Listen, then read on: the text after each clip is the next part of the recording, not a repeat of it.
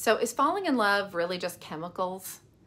Well, the process of falling in love is significantly influenced by a cocktail of chemicals in your brain. So, you know, when you start feeling butterflies in your stomach, that heart pounding sensation, you really are just actually experiencing like hormones and neurotransmitters and dopamine and oxytocin and adrenaline. Dopamine is what people call like the feel-good chemical, and it gives you that euphoric feeling when you're around someone that you're falling in love with. And this is the same chemical that triggers, you know, a rush when we achieve something, when we eat our favorite food. And oxytocin is what people call like the love hormone or the cuddle hormone. And it's released during physical touch, like hugging, cuddling. And it is very important. It's instrumental really in creating like bonding between people and a sense of closeness. And it's a very big player in romantic love, but also, you know, maternal bonding, for example. And then there's adrenaline, when you get that heart racing, sweaty palm, jittery feeling when you're around someone new that you're interested in. But that's our body's response to just any kind of new, exciting or challenging situation. And while all these chemicals are playing a very big role, love really is ultimately about emotional connection and shared experiences, compatible values. And so while there's a lot of chemistry involved in falling in love, there's that emotional connection, shared values, caring for another person is really what keeps you in love, right?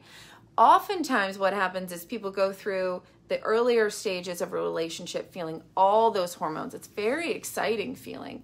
And then when you start to see that person regularly, of course they know you no longer get that rush of love chemicals and adrenaline and when you see them, right? Because your body learns that, well, this is not new, right? So it's not going to be that new thrill.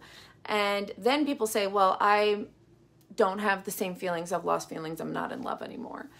But you have to give it time for that bonding, for the shared values and the love to sort of teach you a new way of experiencing love with another person.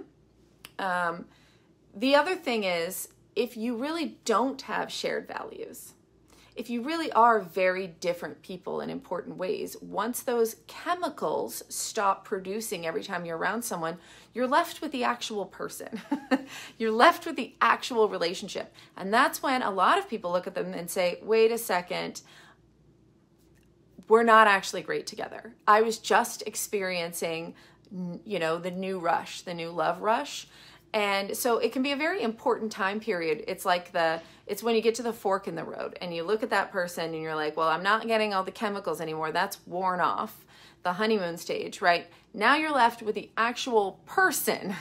And you have to ask yourself, is this a person I want to go the distance with or be with long term, even without the extreme explosion of lovey-dovey excitement chemicals that you have at the beginning? And in many cases, the answer is no, right? And it is very important, those shared values is hugely important, because once all the chemicals wear off, it's like, is this a person you want to make a life with?